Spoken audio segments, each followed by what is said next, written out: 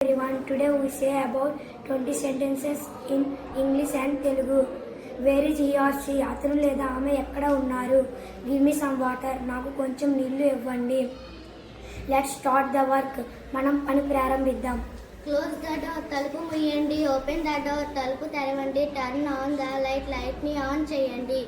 Turn off the light. Light ని of చేయండి. Call me later. తరువాత కాల్ చేయండి. I am busy now. నేను ఇప్పుడు బిజీగా ఉన్నాను. Be carefully. జాగ్రత్తగా ఉండండి. Come quickly. తరువాత రండి. I will do it. నేను చేస్తున్నాను. Don't worry.